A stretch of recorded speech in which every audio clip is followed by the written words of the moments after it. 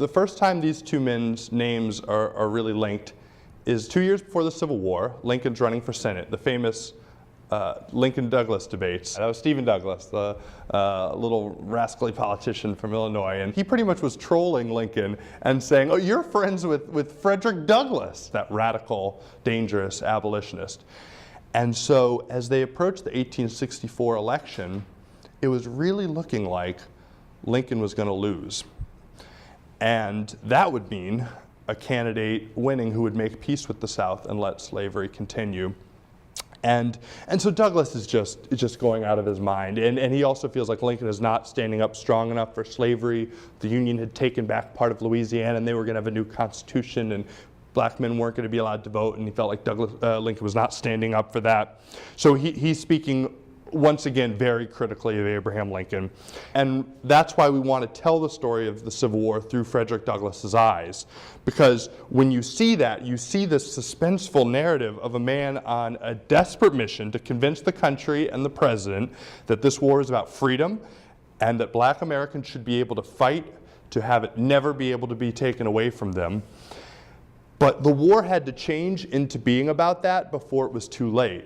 If Lincoln loses in 1864 in the election to a candidate who would have made peace with the South and let them continue slavery, then again, one more outcome where Frederick Douglass's mission is not achieved. Powerful truth that was at the heart of the mission, and that's that we need each other.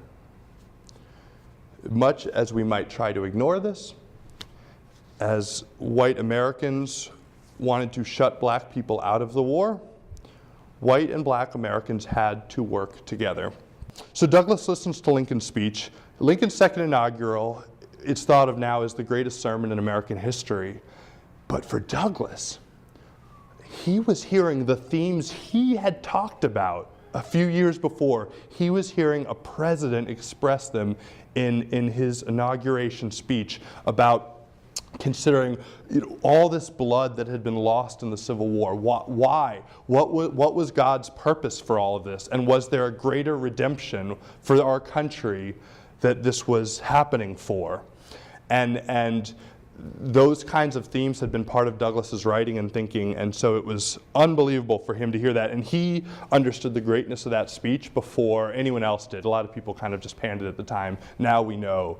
And Douglass responded, Mr. Lincoln, I must not detain you with my poor opinion when there are thousands waiting to shake hands with you. And Lincoln replied, no, you must stop a little, Douglass. There is no man in the country whose opinion I value more than yours. I want to know what you think of it. And Douglass said exactly what he felt. Mr. Lincoln, that was a sacred effort. So a month later, Lincoln would be dead, and Douglass would live for 3 more decades, continuing to fight new battles, fight the same battles, but fighting. And always trying to make sense of Lincoln and trying to understand him and express to Americans who he thought Lincoln was based on only 3 meetings, but that were so powerful.